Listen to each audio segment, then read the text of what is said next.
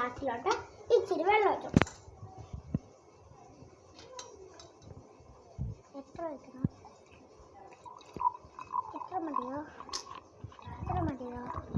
അപ്പൊ നമുക്കിത് അത് കത്തിച്ച് നമ്മള് ഇപ്പം കണ്ടോ, നമ്മളുടെ ആണെങ്കിൽ ഗ്ലാസ്സിന് വെള്ളം ഒഴിച്ചിട്ടും മെഴുകുതിരി അണയാത്തെ